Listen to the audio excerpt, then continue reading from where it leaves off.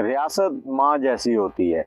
Saudi हुकूमत ने ये साबित कर दिया। सऊदी हुकूमत ने एक ऐसी स्टोरी रिलीज की है जो कि है तो पुरानी, लेकिन रिलीज अब की है क्योंकि उसको छुपा के रखा गया था, क्योंकि मुजरम पकड़ना था। मुजरम कैसे पकड़ा उन्होंने, असल कहानी क्या हुई वो आपको सुनाते हैं।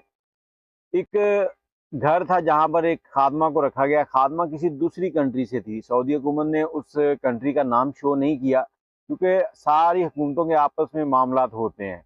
अब बदनाम नहीं करना चाहते थे उस मुल्क को, इसलिए उसका नाम नहीं शो किया। उस औरत ने अपने घर में खादमा रखी। अब औरत काफ़ी अमीर थी, पैसे वाली थी, और उसके बच्चे जो थे वो जवान हो चुके थे। वो अपने अपने काम पर थे दूसरे शहरों में। अब वो खादमा उसकी खिदमत करती, और इसी खादमा का एक बॉयफ्रेंड बन गया। अब बॉयफ्रेंड जो था वो भी उसी मुल्क का था, लेकिन वो भी सऊदीया में काम कर रहा था, एक होटल के ऊपर कुक का, बावर्ची का। अब दोनों के साथ दोनों की बातचीत होती थी। वो कई बार उस घर में जब मालकन घर पे ना होती तो उस खादमा को मिलने भी आता, उससे मुलाकात करता और फिर चला जाता।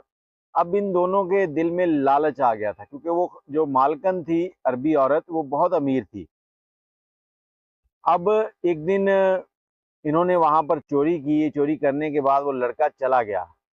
अब जब लड़का चला गया तो इस खादमा ने पुलिस को फ़ोन किया कि मेरी मालकन जो है उसका जाए नमाज के ऊपर कोई कत्ल कर गया, उसका गला काट गया है। अब पुलिस जब वहाँ पर आई तो पुलिस देख रही है इधर-उधर, घर में कोई अजनबी शख्स के दाखिल होने के निशानात नहीं है, किसी दीवार के ऊपर या कहीं भी कुछ नहीं है। सिर्फ़ जाए नमाज जो है उसके इर्द-गिर्द खून पड़ा है, और वो औरत सजदे की हालत में बैठी है। तो जब पुलिस ने सारी इन्वेस्टिगेशन की, कोई समझ ना आई, तो उनको आखिर में आ जाके शक हुआ इस खादमा के ऊपर। पुलिस ने उठा लिया खादमा को। अब खादमा को जब ले गए हैं तो उससे पहले पूछा तो उसने इनकार कर दिया, मुझे नहीं पता, मैं तो किचन में काम कर रही थी। उन्होंने कहा तुम्हें कोई आवाज़ नहीं आई? कहती नहीं, मुझे कोई आवाज़ नहीं आई, मैं हैंड फ्री लगाकर काम कर रही थी वहाँ पर, मैं तो गाने सुन रही थी या नाच सुन रही थी, जो भी उसने बहाना बनाया।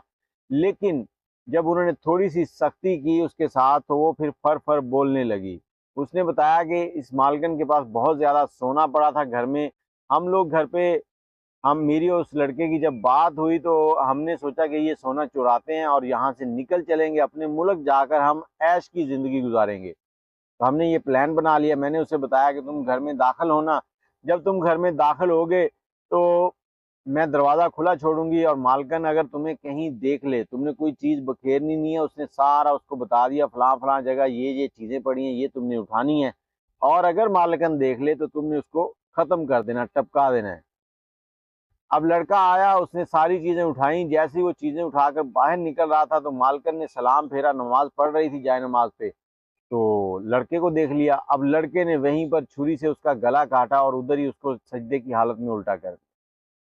अब जो खादमा थी वो तो पकड़ी गई। अब मामला था उस लड़के को पकड़ने का। लड़के, ये बयान आने तक 2 दिन गुजर चुके थे। लड़का बड़ा शातिर था, वो पहले से ही अपनी फ्लाइट का बंदोबस्त करके अपने मुल्क निकल गया था।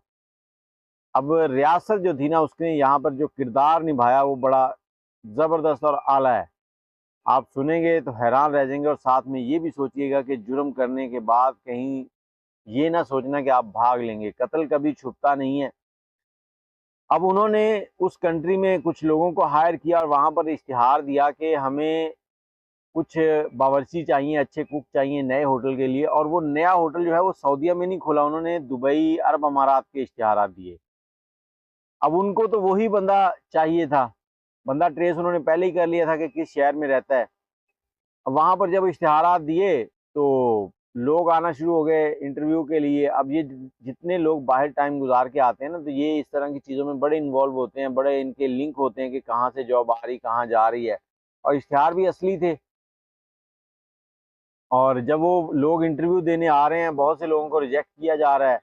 और जब वो शख्स आया, उसका इंटरव्यू लिया, उसने बताया कि मैं सऊदीया में इतना अरसा काम करके आया हूँ, ये मेरा तजर्बा है। उन्होंने कहा जी वाकई तुम तो बहुत अच्छे कुक हो। उसको ओके कर दिया। ओके किया, वो वहाँ से फ़्लाइट ली। जब दुबई पहुँचा तो दुबई से वहाँ से उसको गिरफ़्तार करके सऊदीया लाया गया। और ये मामला जो था बड़ी खामोशी से चल रहा था। किसी को बताया नहीं गया कि किसी को गिरफ़्तार किया जा रहा है, क्या हो रहा है, क्या नहीं हो रहा। जब उसको सऊदीया ले आए तो वहाँ लाकर उसको बताया गया कि अब तुमने जो जुर्म किया था उसके बारे में सुनाओ।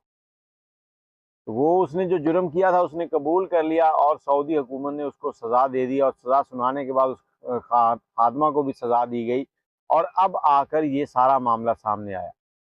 तो यहाँ पर मैं आपसे ये कहना चाहूँगा कि अगर आप घर में खादमा वगैरह रखते हैं या शॉप के ऊपर, दुकान के ऊपर मुलाजिम वगैरह रखते हैं, कि कितने भी करीबी क्यों ना हो, उनके सामने पैसा वगैरह इस तरह के मामलात शो नहीं करने चाहिए, क्योंकि लालच जो है इंसान को किसी भी वक्त आ सकता है और वो लालच में बहुत से गलत कदम उठा जाता है। अब यहाँ पर लड़के की जान भी गई, उस लड़की की जान भी गई और उस मालकन को भी उन्होंने मार दिया, लेकिन रियासत ने अपना फ़र्ज़ निभाया और इस कातिल को अपने कैफ़रे किरदार तक पहुँचाया। अपनी राय कमेंट में ज़रूर दीजिएगा। मुझे इजाज़त दें। अल्लाह हाफ़िज़।